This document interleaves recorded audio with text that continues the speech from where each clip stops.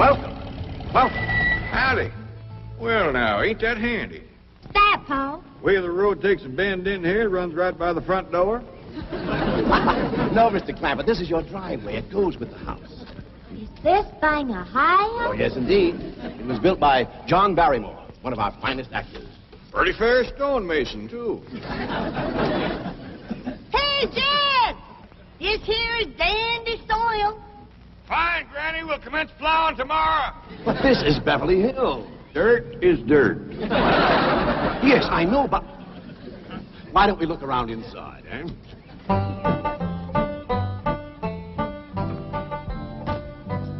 Well, here we are. I hope you're going to like this place I picked out for you. Maybe a trifle larger than what you're used to, but I feel a man with $25 million in my bank should live in a manner that... Come in, this is your home.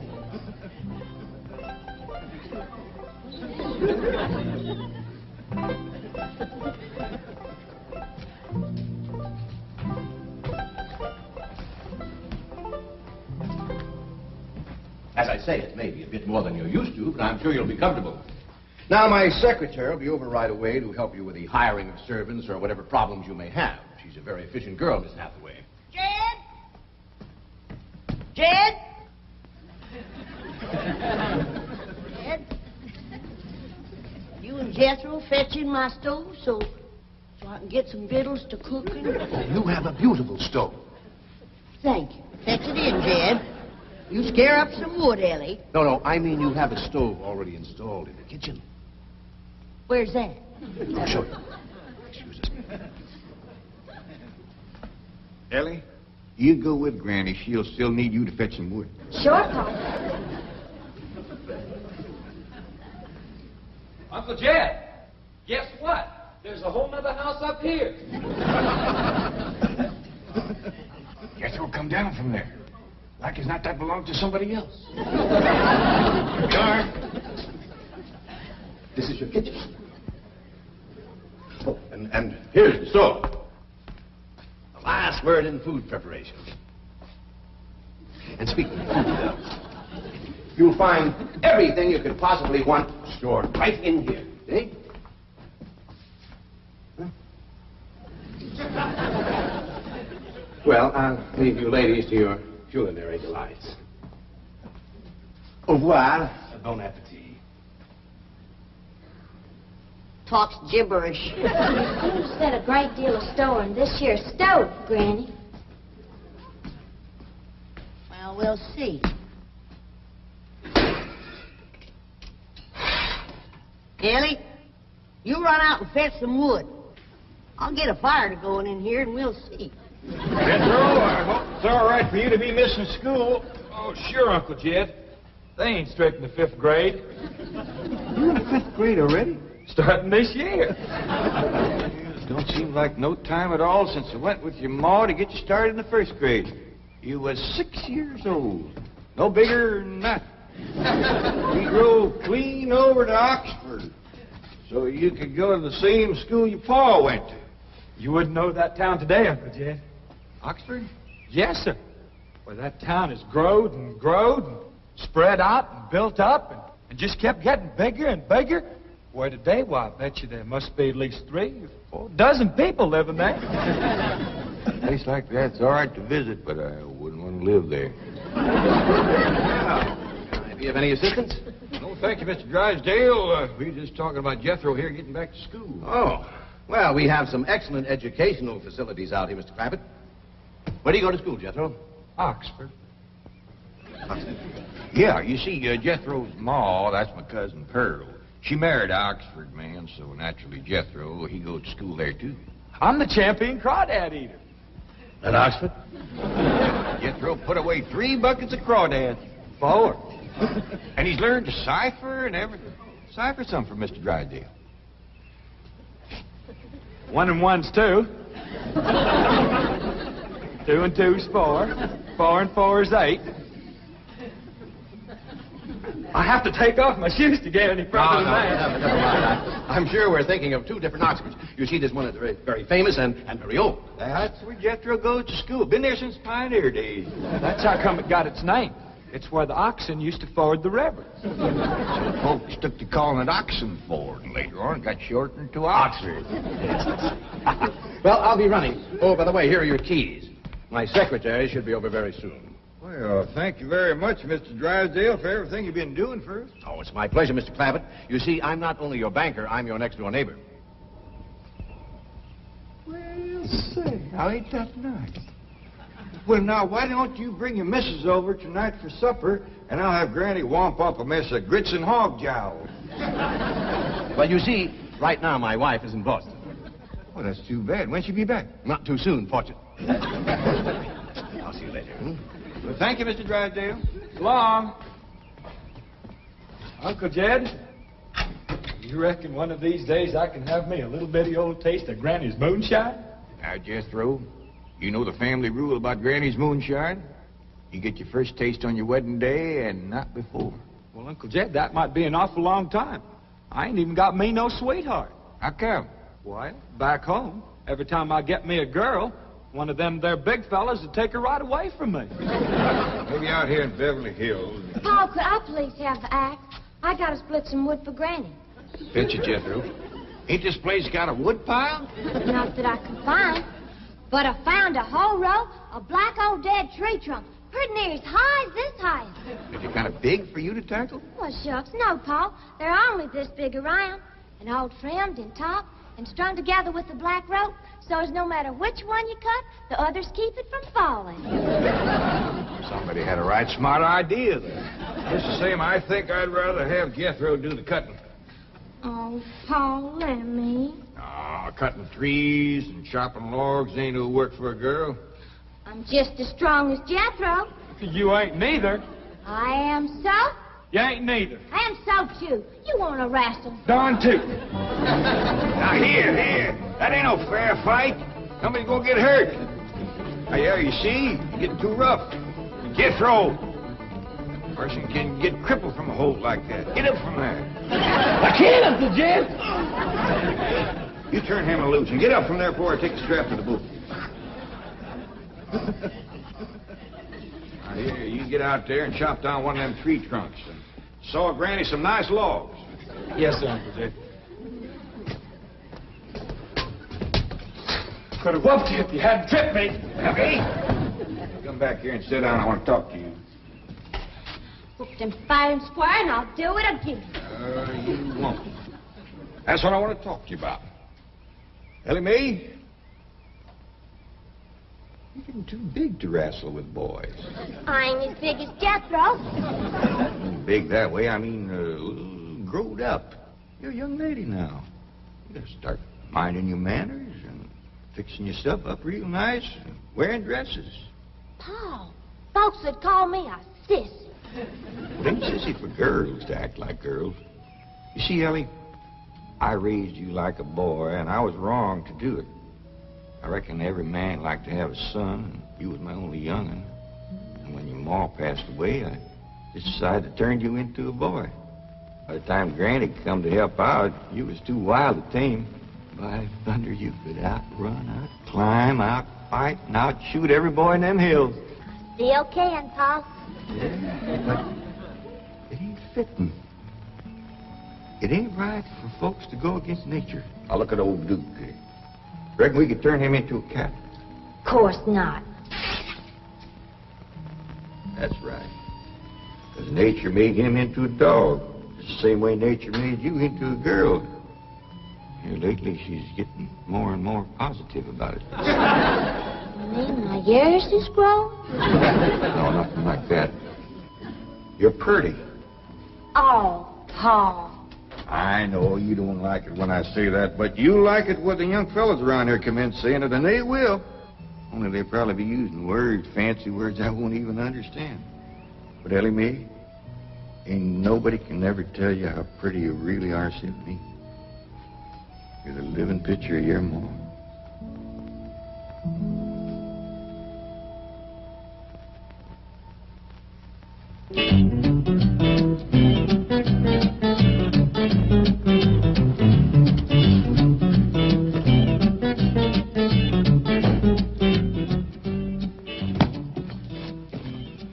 here. I thought you were going up to the Clampett estate. I didn't think it prudent for us both to be absent simultaneously. In the event of crises... The only crisis you have to worry about right now is keeping Mr. J.D. Clampett happy. Now get up there. Tell me, how did you like the flamingos? What flamingos? I thought pink flamingos around the swimming pool would add a rather elegant touch. Mr. Clampett is not a man educated to elegance. That will take time. Right now, there are more pressing problems. Of course, getting settled, the servant problem. Well, whatever they are, just get up there and solve them. Now, J.D. Clampett is this bank's largest depositor, and I'm making his satisfaction your responsibility.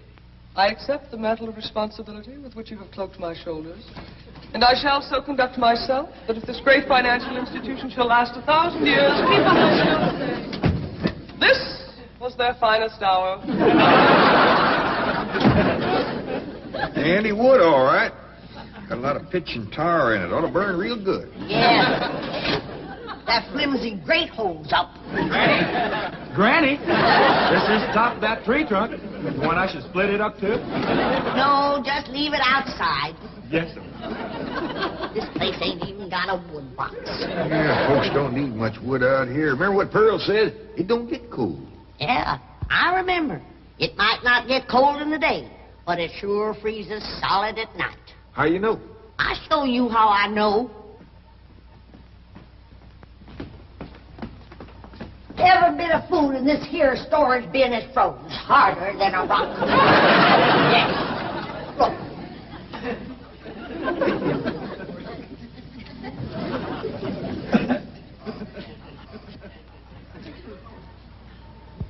Might have been skinned hog.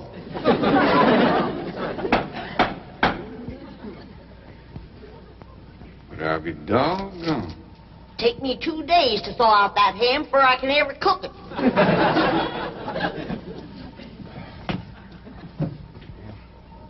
People ought to know better than store food up against the north wall. Tomorrow we'll dig us a root cellar and we put all this stuff in it. Jethro, go on out there and catch us a chicken. Okay, Uncle Jed. How you know we got chicken? Place this size is bound to have chickens. Ain't all frozen.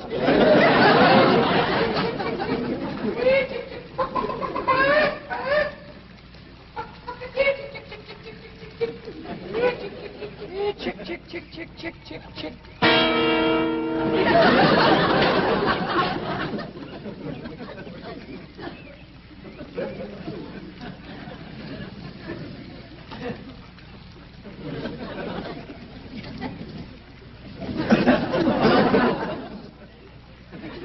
I eat a chicken. Here's that bucket. You want it? You take it, Ellie. See if you can find a creek. I gotta have some water. You know a pump on this place? It ain't even got a well. Uncle Jed, Uncle Jed. Yeah, boy, did you find a chicken? I found something. I ain't sure if it's a chicken, a goose, a duck, or what. Where is it? I couldn't catch it. That thing can outrun a jackrabbit. There ain't no goose or duck. A chicken. If it is, I was right about things growing bigger out here. That thing was this high. Chicken? Ah, Jethro. Honest, it's got legs this long. Gibby's on the drumstick. Drumstick ain't much. Whoever gets that neck is eating from now on. Commences here and runs plumb up to here. Jethro,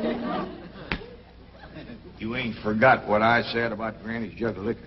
I ain't been at Granny's jug. You have your in first. Honest, cross my heart. Where'd you see this chicken? Down by the cement pond. Cement pond. Uncle Jed, that pond is the fanciest thing you ever did see. Why, they are steps, so's the cattle can walk right down into it and get a drink. And up at one end, there's a lady standing there made out of rock. And she's a pouring water out of a jar right into that cement pond. Oh. Well, that's how come that big old pink chicken to get away from me.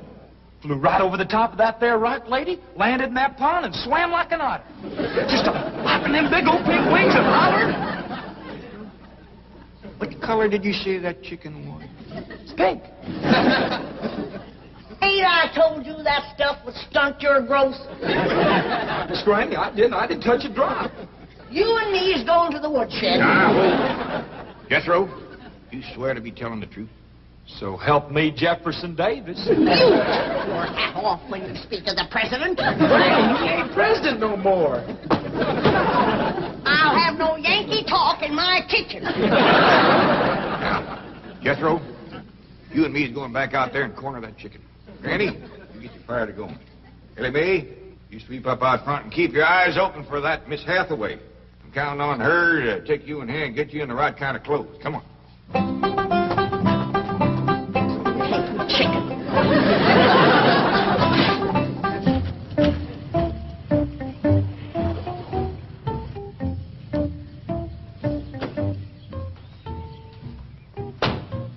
You there, young man? I ain't a young man, but I sure do thank you for thinking so. Good heavens, you're a girl. Yeah. I'm Jane Hathaway, executive secretary to Mr. Drysdale. And you, I take it, are a domestic of some sort? Cleaning girl, housemaid? Just what are your duties with Mr. Clampett? Well, he sent me out here to sweep up. But he said you'd take me in hand and get me in the right kind of clothes and everything. Indeed, I shall. We have a complete servant's wardrobe from chef to chauffeur. Come with me. What in the name of Thomas Chippendale is this? Has Mr. Clampett seen this disgraceful and unsightly mound of debris? Oh, yes, ma'am. This is all his. Oh, what charming antiques. Just like you said, Jethro. Rock lady pouring water into a cement pond. Yes, sir. And over there's where I seen that great big pink chicken. Only thing is, it don't sound like a chicken. It makes a kind of hollering noise.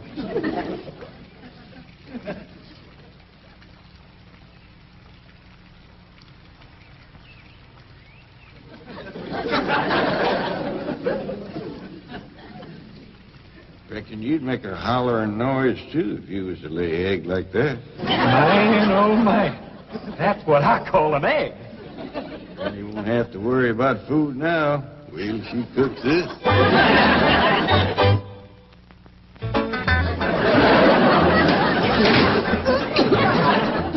That flame city stove don't draw worth nothing. Hey, Granny, look at this egg. What's all the smoke? Stove don't work. Probably just a stuffed-up flue. Ain't got a flue. Ain't even got a stovepipe. Well, I'll get the shovel and a hoe and rake it out of there. Here, you keep this egg.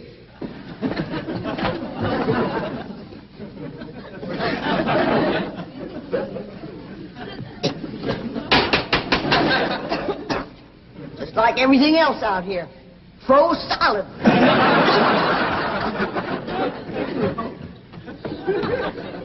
Really, my dear, you look quite charming. Well, I feel like a dead blamed fool. Oh. Just a moment. Get something, I'll be right back. Oh, that was my Pa. I take it he's a gardener. Oh, yes, ma'am. Pa just can't wait to commence gardening. Perfect. However, as though I admire his enthusiasm, I must forbid him access through the main entrance. Now, tell me about the rest of the staff. Is there a chauffeur? A what? Someone who does the driving. Oh, yes, ma'am. That's Jethro. Of course, I don't reckon he can stay around very long. He's got to get back to Oxford and go to school. Oxford? He attends Oxford University? Well, he just calls it school. Pa went to school there, too. Oh, yes. Old school time. Great pride, those Oxford men. Sorry I couldn't stop before. Granny was having trouble in the kitchen. Pa, do I have to wear this here stuff that Miss Hathaway... No, there can be no appeal from Mr. Clampett's orders. Thank you, ma'am. Glad to see you taking a firm hand. Ellie Mae, that's right pretty. Makes you look taller. She's got me walking on pegs. We'll run in and show Granny. And get rid of those old clothes, dear.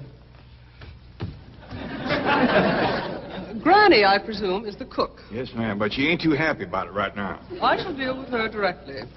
Now, let's see. Maid, gardener, cook, chauffeur. Oh, I understand Jethro is an Oxford man. You bet he is. I'm quite anxious to meet him. Don't blame you. Fine-looking young feller. Single, too. And he's on the lookout for a girl. Oh. I am only interested in the intellectual rapport which I would naturally have with an Oxford man. I presume you went to Eton as a boy.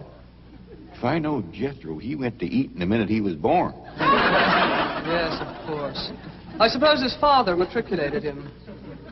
I kind of think maybe it was his ma. Oh, well, no matter.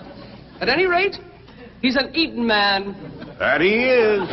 Matter of fact, Jethro won the eating championship. How marvelous. What was he champion of? Eating. Yes, I know. But what was it? Cricket?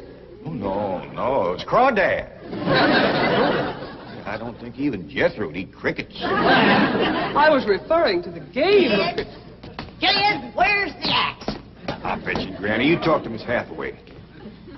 And just why does Cook need an axe? I've hit this with everything I could lay a hand to. I even whomped it with an iron skillet. You are supposed to hit it with a croquet mallet. All right, where is it? I don't think I'll tell you. There is a time for work and a time for play. Now then, what are we cooking for Mr. Clampett? Well, I don't know what you're cooking him, but if he wants any victuals from me, somebody better shoot a possum. Possum? You got a better idea? But of course, a nice big fluffy souffle. All right. You shoot it and you skin it. You don't even know what a souffle is. What kind of a cook are you? I'm a cook with a stove that don't draw, food that's froze solid, chickens that can't be caught, eggs that can't be broke, and a smart alecky city woman telling me my business. That's what kind of a cook I am. Mind your tongue, little woman. I can have your job. You sure can, and the sooner the better. Jethro's coming, and just wait till you see what he's got. Thank heaven.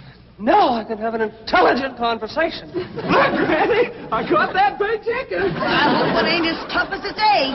That is a flamingo. Oh, no, ma'am. That's my nephew, Jethro. Jethro, say hello to Miss Hathaway. I didn't mind him. This is the big dangest chicken you ever did see. You go to school at Oxford? Yes, ma'am. I'm in the 5th grade. Stop dragging and bring that chicken's neck. Ellie Mae! No, stop, you barbarians. Don't harm one feather of that beautiful bird. I've taken just about as much as I'm going to take from you. Yeah, Granny. Ellie, you get the fire going under the big kettle outdoors. Young lady, where is your maid's uniform? I ain't going away. Oh, yes, you are. No, I ain't. Oh, yes, you are, if I must subdue you forcefully. I wouldn't try that. Don't! Tried to tell you. I'll set on her, Ellie. You get the fire to go. Now, here, Granny. Come on, let her up. Get off of her. You are discharged! All of you! That! Fired!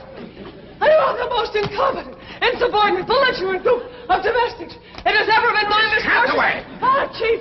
You're just in time to help me take disciplinary action. You're fired. I've already told them. Not them, you. These people are the Clampetts. Clampett? Yes, that's right. Now go back to the office and pick up your severance pay. You are through. Now, Mr. Drysdale, hold on a spell. I reckon there's been a kind of a misunderstanding. But this little lady's been a right big help to us. Why, she fit in just like one of the family. Matter of fact, her and me is going out hunting. Ain't that right, Miss Hathaway? Yes, indeed. Yeah. Jethro, you can take that pink chicken back out to the cement pond. We're going out and shoot us a nice big fluffy souffle.